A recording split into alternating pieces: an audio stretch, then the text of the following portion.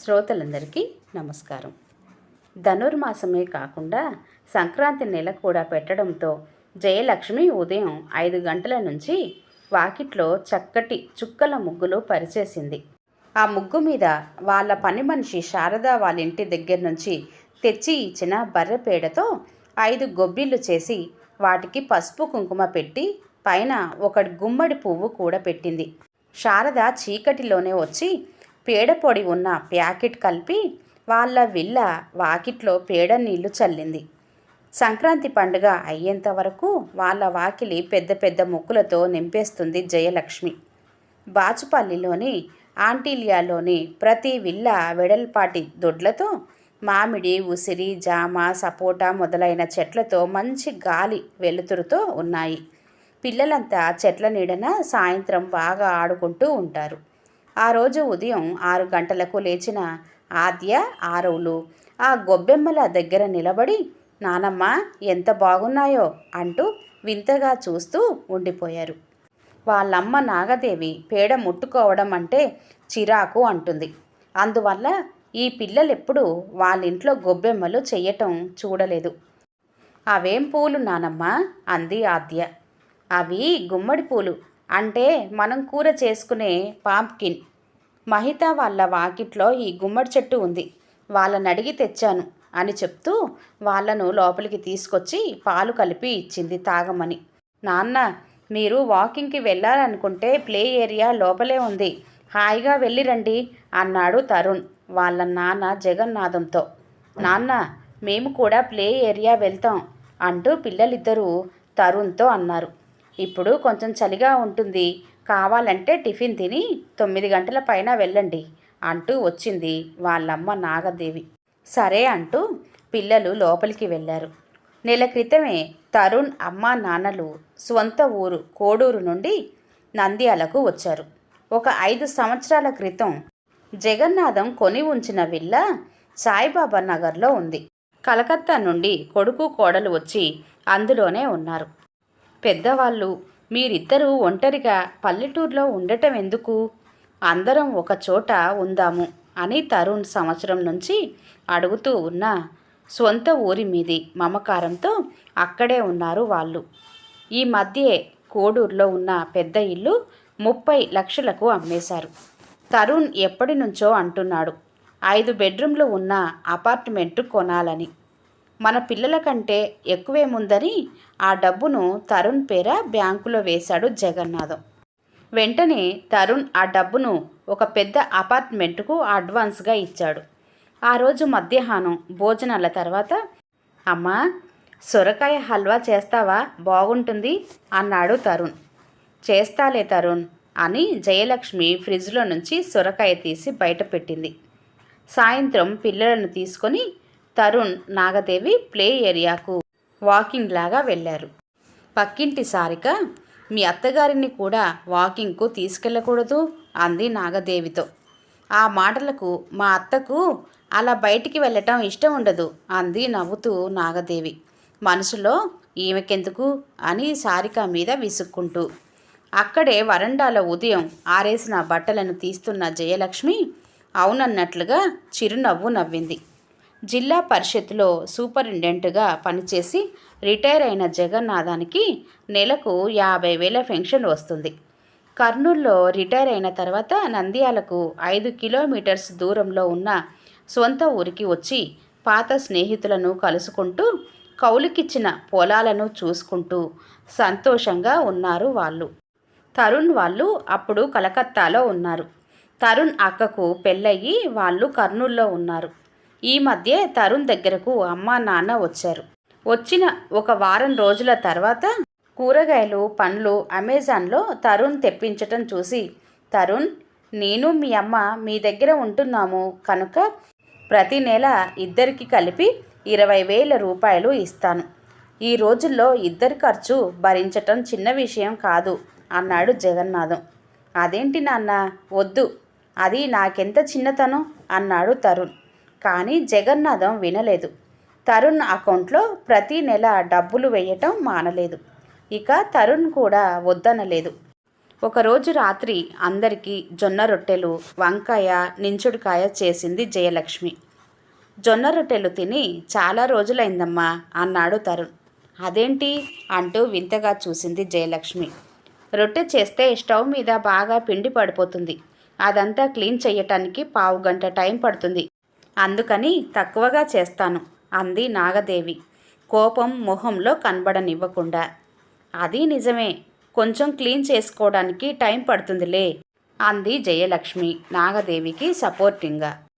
అవునులే అన్నాడు తరుణ్ కూడా నాగదేవి బాధపడకుండా. ఆ రోజు ఉదయం బ్రేక్ఫాస్ట్ తిన్న తర్వాత కొడుకు కోడలు చాలాసేపు వాదించుకుంటూ ఉండటం హాల్లో ఉన్న జయలక్ష్మికి జగన్నాథానికి వినిపిస్తూనే ఉంది.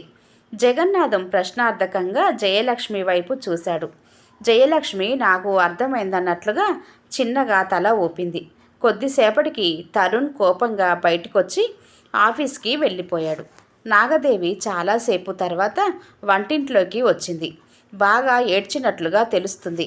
జయలక్ష్మి అప్పటికి మౌనంగా ఉండి, కొద్దిసేపు తర్వాత సాయంత్రం షాపింగ్కి వెళ్దాం, నీకు కావలసినవి కొనుక్కో, రాత్రికి వంట కూడా పూర్తి చేసుకొని వెళ్దాం అంది మజ్జిగ పులుసు కోసం బూడిద గుమ్మడికాయ తరుగుతూ.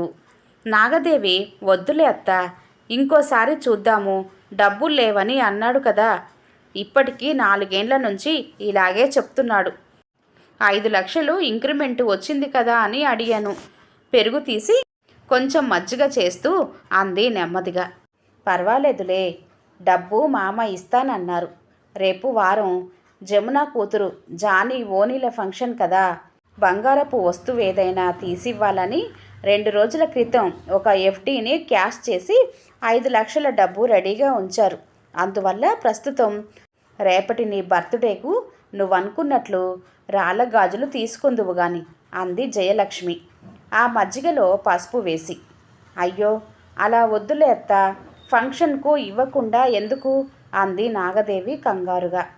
ఇవ్వకుండా ఏముందందులో, వేరే డిపాజిట్ ఉంది, ఇంకో 5 లక్షలు రెడీ చేస్తారు అంది జయలక్ష్మి ఉదయం నానబెట్టిన శనగపప్పు, ధనియాలు, ఆవాలు, అల్లం, పచ్చి కొబ్బరి, పచ్చిమిర్చి, ఉప్పు మిక్సీ పడుతూ.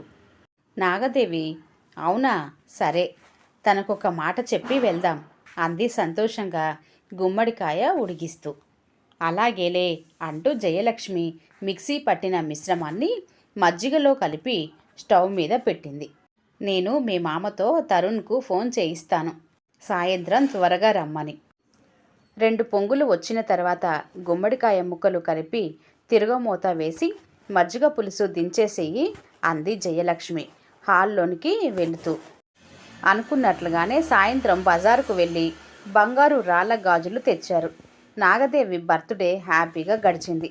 తర్వాతి వారం జమున కూతురి ఫంక్షన్కు అందరూ కర్నూలు వెళ్ళి మనవరాలికి 5 లక్షల డబ్బిచ్చి ఇష్టమైన వస్తువు కొనుక్కోమని చెప్పారు.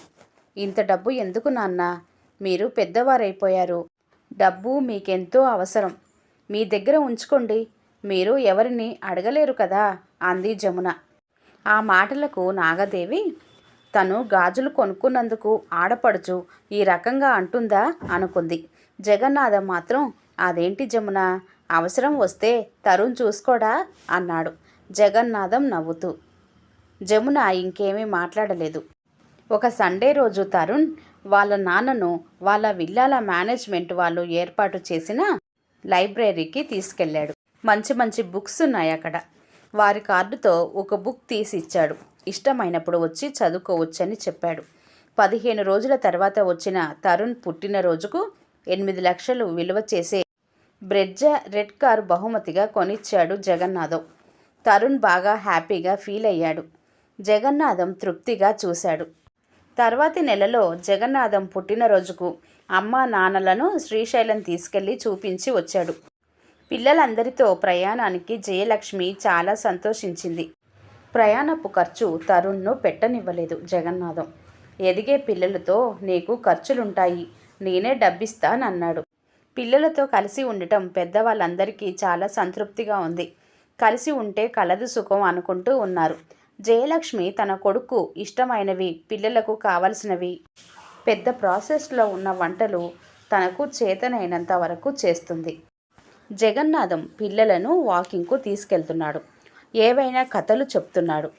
అప్పుడప్పుడు పిల్లలను తీసుకొని మాల్కు వెళ్ళి ఆటలు ఆడించి వాళ్ళు అడిగిన బొమ్మలు, ఫుడ్ కొనుక్కొని వస్తున్నారు.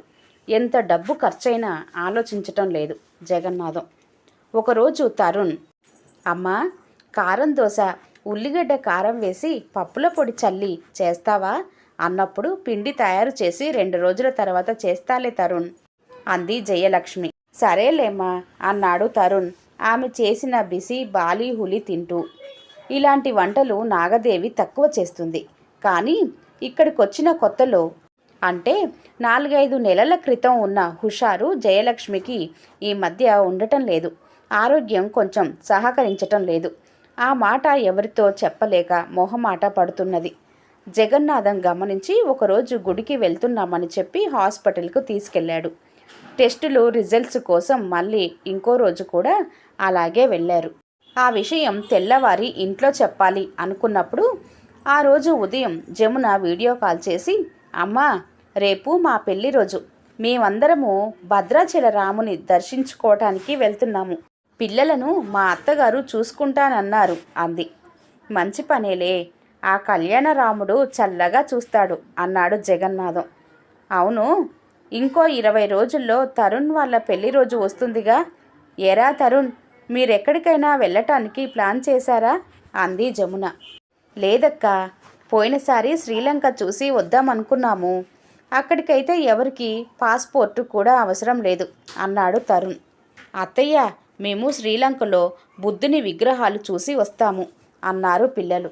ఓహో అలాగే అంది జమున.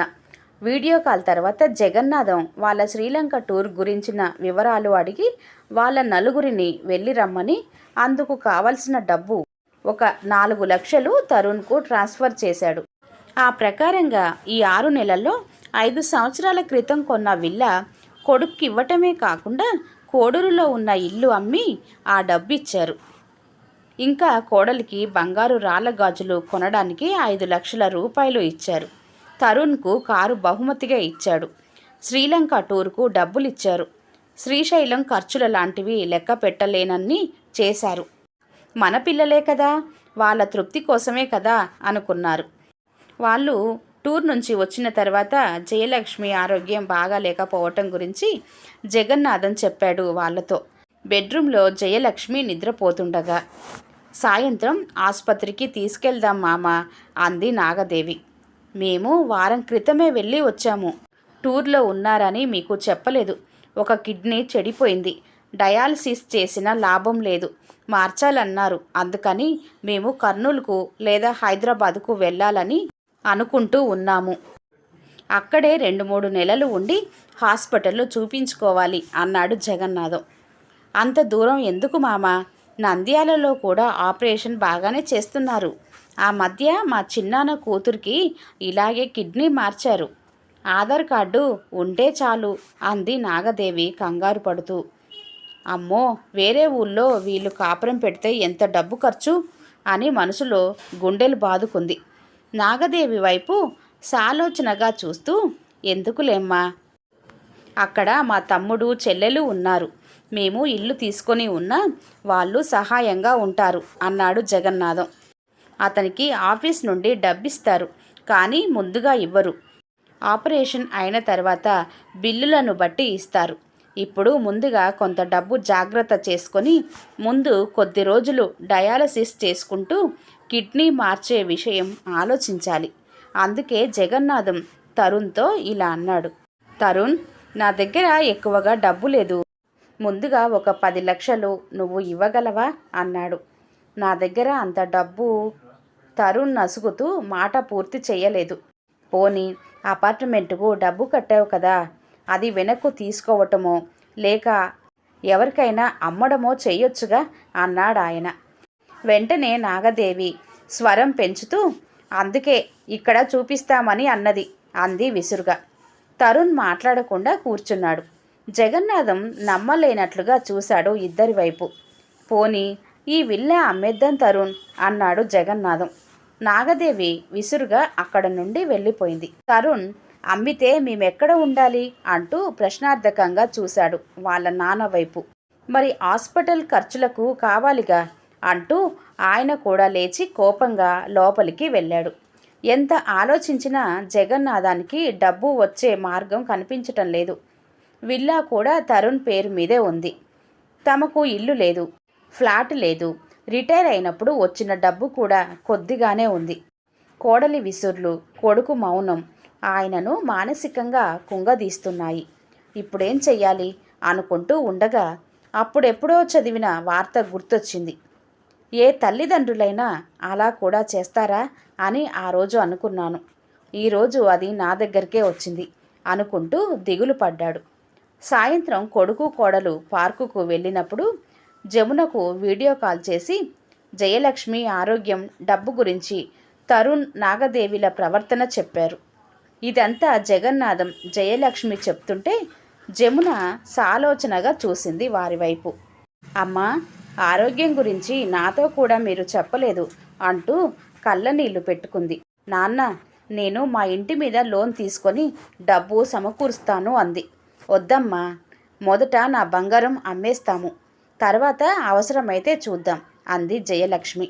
తర్వాత తన నిర్ణయం చెప్పాడు జగన్నాథం. తల్లిదండ్రులు వారి పిల్లలకు మొదట ఆస్తిని వ్రాసి ఇచ్చిన తల్లిదండ్రులను అనారోగ్య పరిస్థితుల్లో కొడుకులు చూడకుంటే తిరిగి కోర్టు ద్వారా వారి ఆస్తిని వారు వెనక్కి తిరిగి తీసుకోవచ్చు అనే తీర్పును ఒకప్పుడు నేను చదివాను. ఇప్పుడు నేను కూడా అదే చేద్దామని అనుకుంటూ ఉన్నాను. ఈ విల్లా, ఊర్లో ఇల్లమ్మిన డబ్బు అన్నీ నా కొడుకు నుంచి నాకు వెనక్కు తిరిగి ఇప్పించమని రేపు కోర్టులో కేసు వేయటానికి వెళ్తున్నాను నాన్న. జమున ఆశ్చర్యంగా బాధగా అంది.